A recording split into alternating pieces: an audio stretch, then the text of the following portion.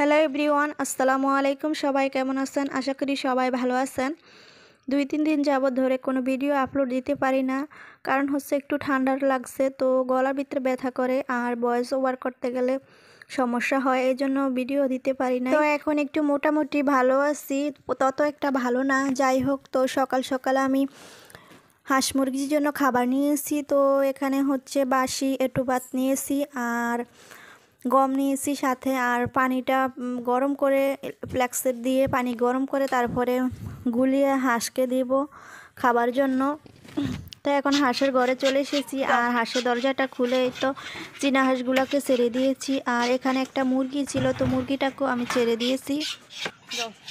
তো এই চীনা হাঁসটা আবার এক সাইডে পাশে দেখি বসে আছে, তো আমি মনে করছি হয়তো মনে ডিম পাড়ছে, এই জন্য বসে আছে। তো পরে ধরে দেখি না, ডিম পাড়ে নাই, এমনিই বসে আছিল। তো হাঁসাটা ওর কাছে যায়, এই জন্য ও ভয়ে লুকিয়ে রয়েছে আর কি।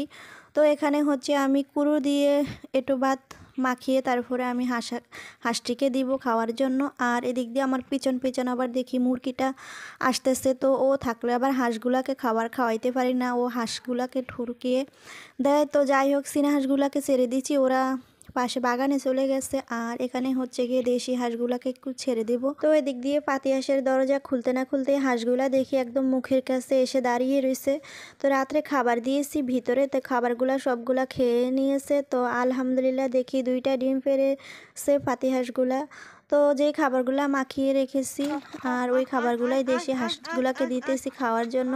তো এদিক দিয়ে আবার চীনা হাঁসগুলা আর মুরগিটা এসে ডিস্টার্ব করতেছে ওদেরকে। আর ওরা তো পাতি হাঁসগুলা তো খুব ভয় পায়, চীনা হাঁস তারপরে মুরগিটাকে প্রচণ্ড ভয় পায়, তো খাবার খেতে চায় না। খাবার ওরা যদি এসে তো দৌড়িয়ে পালিয়ে যায় ওদের ভয়ে। তো কি করব, যাই হোক, বাচ্চাদের মতো ওদেরকেও না খাওয়াইলে আমারও পেট ভরে নাই। তো ওরা চলে গেছে আর ওদের পিছন পিছন আবার গিয়ে আমি তারপর ওদেরকে খাবারটা খাওয়াইয়ে দিতেছি। আর এই তো আলহামদুলিল্লাহ কি সুন্দর করে দোনোটা পাতি আসে আমার খাবার খাচ্ছে। তো এখন খাবার খেয়ে পুরো দুপুর পর্যন্ত গিয়ে থাকবে, তারপর আবার দুপুরে চলে আসবে খাবারের জন্য। তো আমাদের গৃহিণীদের প্রতিদিনের রুটিনই হচ্ছে এটা। সকালকার শুরুটা হয় হাঁস মুরগি দিয়ে, আবার সন্ধ্যাটা শেষ হয় হাঁস মুরগি দিয়ে। তো খাবারগুলো একটু খেয়ে তারপর ওরা চলে গেছে, পাশে একটা পুকুর আছে, তারপরে হচ্ছে আমাদের ছোট্ট একটা পুকুর। এটাতে আমরা তা তো একটা ব্যবহার করি না, এটা এমনি পড়ে আছে। আর পাশে আবার একটা নদীর সাথে অ্যাড করা একটা খাল আছে, এটা নদীর সাথে জয়েন করা। তো এই খালেতেই হাঁসগুলা যায় গিয়ে, তো এই খালেতেই থাকে, অন্যান্য হাঁসদের সাথে খেলাধুলা করে। তারপরে যখন আবার খাবারের খিদা লাগে তখন এসে খেয়ে আবার চলে যায়। তো পাতি হাঁসে যে 2টা ডিম পেড়েছে, তো ওই 2টা ডিম একটা নোংরা করে ভরে রাখছে। তো এখন আমি ডিম 2টা একটু ধুয়ে নিব ভালো করে। আর এই তো আমার ধলি চীনা হাঁসটা, ওইটা আবার পাশে উড়াল দিয়ে চলে গেছে আমাকে দেখে।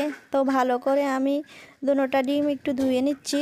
তো নিজের পালা এভাবে দেশি হাঁস মুরগি যদি ডিম দেয় তাহলে খুব ভালো লাগে কিন্তু। আর আমার হাঁসগুলা কিন্তু প্রতিদিনই ডিম দেয়। তো খাবারের উপর সব কিছু ডিপেন্ড করে, খাবার যত ভালো করে খাওয়াতে পারবেন ততই ডিম কিন্তু প্রচুর দিবে। খাবারে একটু ঘ্যাপ হলে তাহলে ডিমেরও একটু ঘ্যাপ হয়। তো আলহামদুলিল্লাহ এই যে আমার সবগুলা ডিম এই পাতি হাঁসগুলাই পারছে, এখনও রানিং পারতেছে। খাবার খাওয়ালে ঠিকমতো ওরা ডিম পারে। তো সবাই ভালো থাকবেন, আল্লাহ হাফেজ, আসসালামু আলাইকুম।